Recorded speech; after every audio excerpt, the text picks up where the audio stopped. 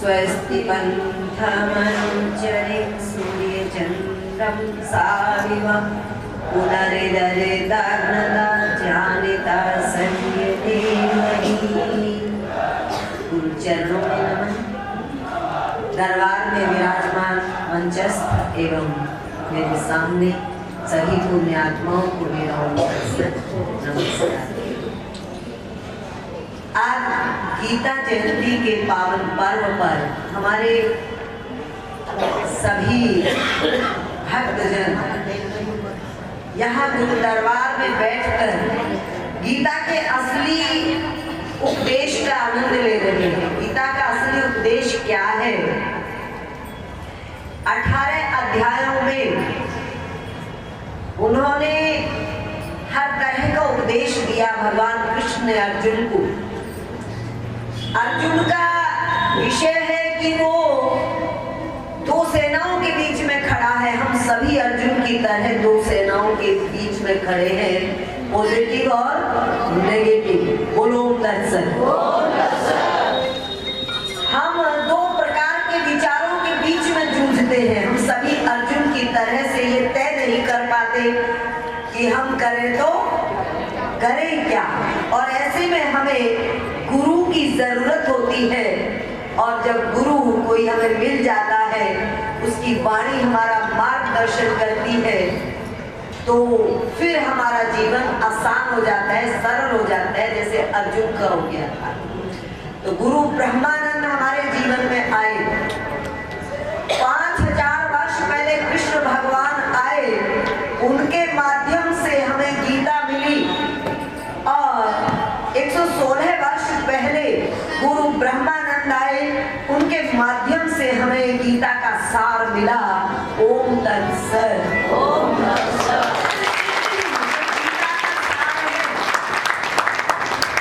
इसको समझ लो अच्छी तरह से। कई मुझसे आके पूछते हैं कि कोई ओम तत्सत का अर्थ पूछ रहा था। अरे अर्थ सीधा बता दो, गीता में पढ़ लो। 17वें अध्याय में ओम तत्सत का अर्थ दिया हुआ है। और सीधा सा ओम तत्सत का अर्थ है, ओम उस परम पिता का मुख्य नाम है और तत्सत वह ही सत्य है, यानी प्रभु का नाम ही एकमात्र। ये शब्द गीता का शब्द है और इसको उठाने का कार्य मुझे लगता है बोलते तो बहुत हैं, लेकिन आज ये ओम तत्सत शब्द ब्रह्मानंद जी का बनके रह गया है। आप सब समझ लेते, गुरु ब्रह्मानंद का भक्त होगा, कोई उनका अनुयायी होगा, तो गीता के साथ को उठाने वाले गुरु ब्रह्मानंद महाराज के चरणों में शत शत प्रणाम। 5 विषय हमने मुख्य लिए हैं। इसमें लेने को गुरु महाराज ने बहुत सारी चीजों पे काम किया है। जयपाल जी, गुरु जी ने हर पक्ष को उठाया है अपने समय में, लेकिन हमने उनमें से कुछ मुख्य चुन लिए हैं। सबसे ज्यादा तो उन्होंने नारी पक्ष को उठाया अपने समय में। जो नारियां उस वक्त में इस तरह से चौपाल पे भी नहीं चढ़ती थी। मैंने देखा ये मैंने देखा गाँव में मैं जाती थी जब, तो मैंने कहा चौपाल पे करने के प्रोग्राम, बोले हमें तो चढ़ना ही नहीं है चौपाल पे। ये मैंने देखा है। बहुत जमाना बदल गया, हमारे देखते देखते ही सब कुछ परिवर्तित हो गया है। गुरु महाराज ने उस समय में देवियों को संन्यास देकर घर घर फिराया, दर दर भेजा, द्वार द्वार भेजा, महिलाओं को जगाने के लिए, महिलाओं को जागरूक करने के लिए, और ये समाज को दिखाया। पता है एक समय ऐसा था कि जो गुरुजी ने अपनी देवियों को ऐसे हाफ पैंट टाइप कपड़े और सिर पे बाल कटवा दिए और आधी बाजू वाली ये कुर्ते से पहना के घरों में भेज दिया। जो मतलब एक ऐसा परिचय थे कि लड़की अब तो जींस पहन के खुश हो रही है, लेकिन गुरुजी ने ये पहले ही करके दिखा दिया था। आधे तो ये समझते थे कि लड़के आ गए हैं और ये बताया था कि लड़की लड़के में कोई फर्क नहीं है, ये उस वक्त में बता दिया था। तो गुरुजी ने सबसे ज्यादा काम परिवारों के उस संवारने में जो जिनकी प्रमुख भूमिका है महिलाओं की, उन पे काम किया और देवियों को संन्यास दिया। और इन हालातों में संन्यास दिया कि समाज इसको स्वीकार ही नहीं करता था। पधाना की संत रत्नी देवी जी राजपूत परिवार से थी, उनको गुरुजी से बहुत ज्यादा प्रेम हो गया। क्या था गुरुजी में प्रेम का? कोई बाहर का आकर्षण तो था नहीं, लंगोटी में रहते थे और बिल्कुल इस तरह अवधूत अवस्था में कौन सा आकर्षण था? प्रभु के नाम का आकर्षण था, आध्यात्मिक आकर्षण था कि वो इतनी ज्यादा उनके प्रति समर्पित हो गई कि कहने लगी मुझे तो गुरुजी के चरणों में रहना है। घर वालों ने उनको बहुत परेशान किया मीरा की तरह से, लेकिन वो मानी नहीं। बुढ़नपुर आबाद में भंडारे में संत रत्नी देवी जी, मैं गुरुजी की बात कर रही हूँ क्योंकि गुरुजी ही गीता है हमारे लिए। क्या है गुरुजी? गीता है। और आज गीता जयंती है, ये बात हमें ध्यान में रखनी है। तो गुरुजी के यहाँ से उनका भाई बाल पकड़कर खींच कर लाया उनको, लेकिन उसके बाद भी उन्होंने अपना संकल्प नहीं छोड़ा।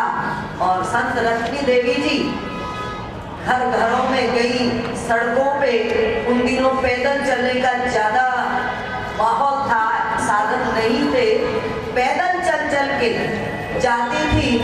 और आज अगर मैं आपके बीच में हूँ तो संत रत्नी देवी जी के कारण मैं यहाँ हूँ। ऐसी ऐसी देवियों को गुरुजी ने तैयार किया, नारी को उठाया, नारी को जगाया। आज हम इस गीता की भूमि पर गुरु ब्रह्मानंद का जन्मदिन मना रहे हैं। कभी हम सैनिकों को बुलाकर उनको सम्मानित करते हैं, कभी हम पढ़ने वाले बच्चों को बुलाकर सम्मानित करते हैं, कभी हम अपने वृद्धों को सम्मानित करते हैं, कभी हम नारियों को सम्मानित करते हैं। ये सब गुरु ब्रह्मानंद की कृपा से संभव होगा।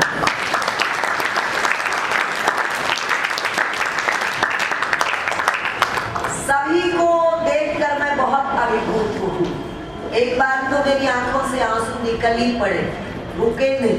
जब हमारे ये बच्चे वो प्ले कर रहे थे, पुलवामा वाला जो प्ले था, जो सैनिक की मन स्थिति है, वस्तु स्थिति है, वो सारी की सारी उसमें उजागर हो रही थी। तो मैंने बहुत चाहा, लेकिन मेरे आंसू नहीं रुके, क्योंकि जो सेना है, जो सैनिक थे, हम उनके हालात नहीं समझ सकते। ये प्ले है, ये इस प्रकार के नाटक हैं या इस प्रकार की फिल्में हैं जिनके माध्यम से उनको याद करा दिया जाता है। हम तो भूले हुए, हमें तो बात करना, छूचक लेना, ब्याह करना, सगाई करनी, इन्हीं में से नहीं फुर्सत की। ब्याह सगाई हम कैसे कर रहे हैं? हमने एक लड़ाई की तो थोड़ी सी मुझे भी याद है, कौन सी सन में हुई थी? 71 में थी, 71 में थी। तब मैं 5-6 साल की रही हूँ, 7-8 साल की रही होंगी। तब का मुझे पता है कि किस तरह से हम घरों में भी ऐसे डरे रहते थे, बोले आग न दिखाई दे जाए, दिया जलता न दिखाई दे जाए, तो वहीं बम पड़ जाएगा।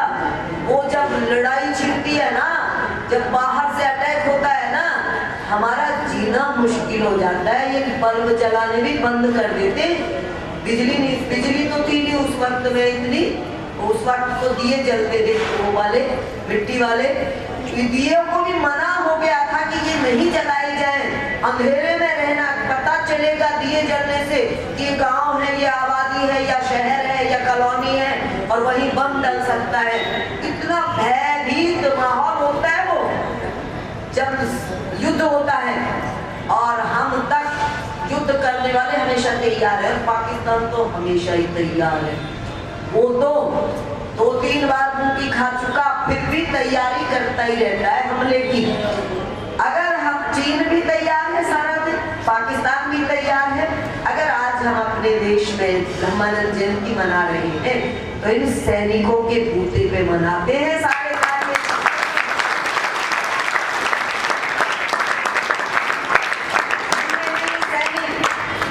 धन्य है ये आर्मी, धन्य है ये फौज, जो वहां अपनी जान हथेली पर धरकर खड़ी रहकर हमेशा 24 घंटे एक खतरे से जूझना। 24 घंटे का खतरा होता है इनके पास, निष्खतरा, और ना पर्व त्योहार मना सकते ढंग से, ना कोई ब्याह शादी में शामिल हो सकते।